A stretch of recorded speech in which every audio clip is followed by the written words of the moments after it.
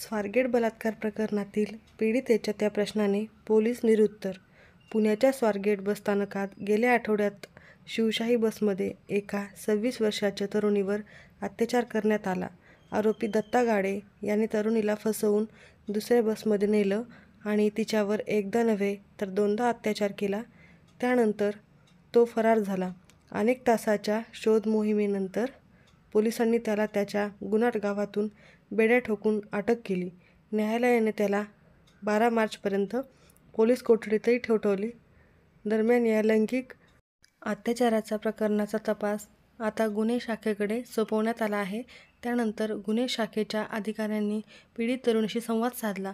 मात्र त्यावेळी पीडितेने विचारलेल्या एका प्रश्नामुळे अधिकारी देखील निरुत्तर झाले आहेत. तो एकच प्रश्न विचारला पण पोलीस निरुत्तर.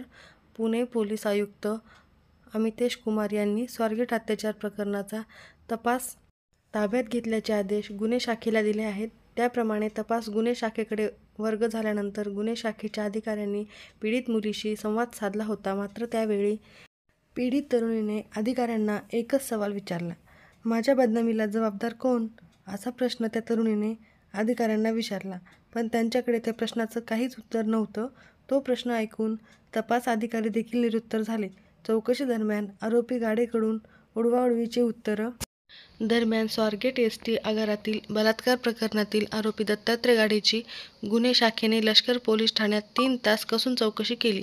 गुन्हे शाखेचे पोलीस उपायुक्त निखिल पिंगळे आणि वरिष्ठ पोलीस निरीक्षक शैलेश संखे यांनी चौकशी केली. मात्र गाडे पोलिसांना उडवाउडवीची उत्तरे देत असल्याची माहिती समोर आली आहे. गाडेचा मुक्काम सध्या लष्कर पोलीस ठाण्याच्या कोठडीमध्ये आहे. या गुन्ह्याचा तपास स्वारगेट पोलिसांकडून नुकताच गुन्हे शाखेकडे वर्ग करण्यात आला आहे. हा तपास खंडणी विरुद्ध पथकांकडे सोपवण्यात आला आहे. तपासादरम्यान दत्ता गाडे याने उडवाउडवीची उत्तर दिली. असीम सरोदे यांचा अर्ज फेटाळला.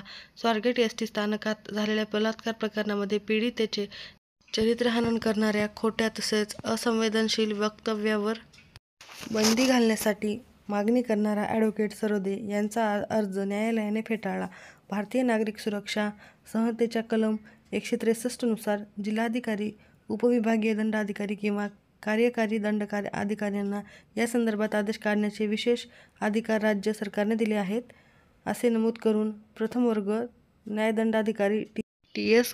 गायगोले यांनी हा अर्ज फेटाळला. पीडितेच्या अधिकाराचे रक्षण करण्याचे आणि तिच्या चरित्रहनन करणारी वक्तव्ये रोखण्यासाठी मनाई आदेश देण्याचा अधिकार जिल्हाधिकाऱ्याकडे आहे. त्यामुळे या संदर्भात जिल्हाधिकाऱ्याने अर्ज दाखल करण्यात आला आहे, असे पीडितेचे वकील ॲडव्होकेट असीम सरोदे यांनी सांगितले.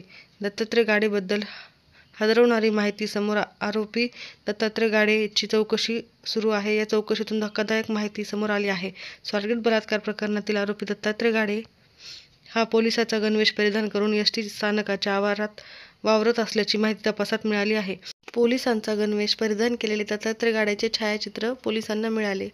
आता दत्ता गाडे याच्याकडे पोलिसांचा हा गणवेश कुठून आला याची चौकशी आज दुपारी गुन्हे शाखेकडून केली जाणार आहे. दत्ता गाडेला 12 मार्चपर्यंत पोलीस कोठडी सुनावण्यात आल्याने तो पोलिसांच्या ताब्यात आहे. आज दुपारी या फोटोबाबत त्याच्याकडे चौकशी करण्यात येणार आहे. पोलीस दलातील कोणत्या कॉन्स्टेबलचा हा गणवेश आहे याची माहिती घेतली जाणार आहे.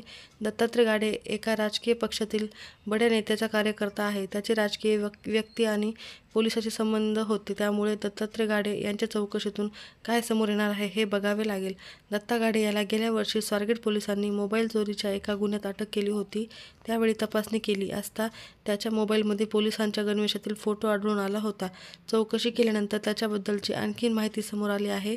आपण पोलीस आहोत अशी बतावणी करून पोलीस दलात भरती होण्यासाठी मार्गदर्शन करू शकतो, असे सांगत दत्ता गाडे अनेक मुलांशी ओळख वाढवण्याचा प्रयत्न करतो. दत्ता गाडे याने परिधान केलेला हा पोलिसाचा गणवेश नक्की कोणत्या पोलीस कर्मचाऱ्याचा होता की त्याने तो शिवून घेतला होता याचा तपास होण्याची गरज आहे. अशा प्रकारे गणवेश घालून एक आरोपी जर गुन्हे करत होता तर पोलिसांच्या ही बाब लक्षात आली नाही का, असेही प्रश्न उपस्थित झाला होता.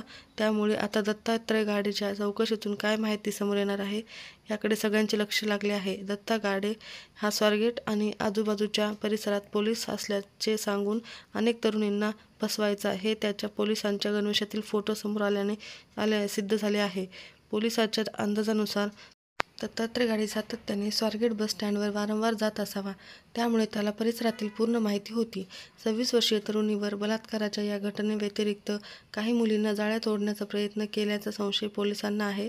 त्यासाठी तो आपण पोलीस असल्याचे भासवायचा. पोलिसाच्या गणवेशात गैरवापर करून घेऊन त्याने आणखी कोणत्या तरुणीवर अत्याचार केले आहेत का, याचा शोध पोलिसांकडून सध्या घेतला जात आहे.